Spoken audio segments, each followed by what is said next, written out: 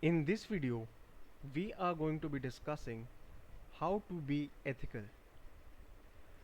So, we need to make sure that whatever hacking activities we carry out are ethical so that they don't get us into any trouble. Now, ethical hackers are cybersecurity professionals who perform ethical hacking only after following certain steps and taking certain measures. So let us see what all must be done before carrying out any form of hacking to ensure that we are within the ethical limits.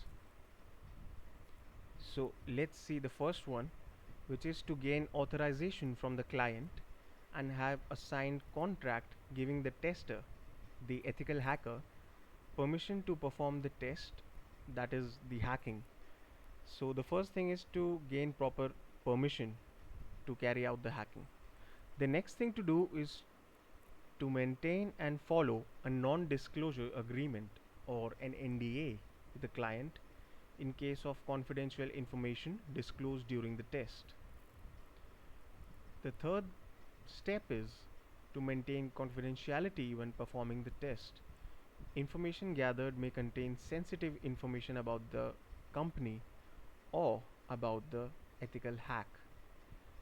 So you need to make sure that whatever information you find out, whatever vulnerabilities you discover, whatever weaknesses or flaws you come across while carrying out ethical hacking, those should remain confidential. You should not disclose any of that to a third party.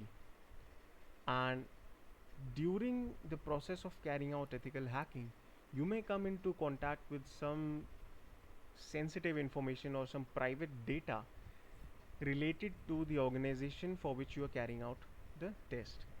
So you need to make sure that that information is also not disclosed to anyone else.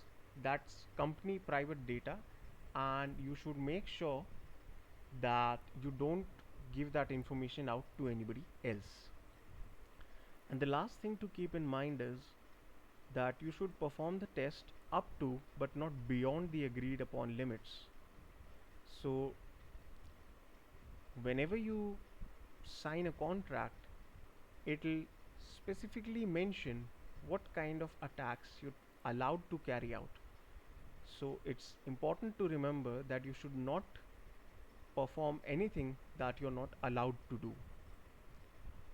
Now, as an example here, they've mentioned DOS attacks or denial of service attacks, and they should only be run if they have been previously agreed upon with the client. So since a denial of service attack can essentially bring down a website and it can lead to loss of money and reputation for the organization, so you should perform only those things which you have specifically been given permission to do so. So these are the things that you should keep in mind, and these are the steps that you should perform before carrying out any kind of hacking to ensure that whatever you are doing is perfectly ethical.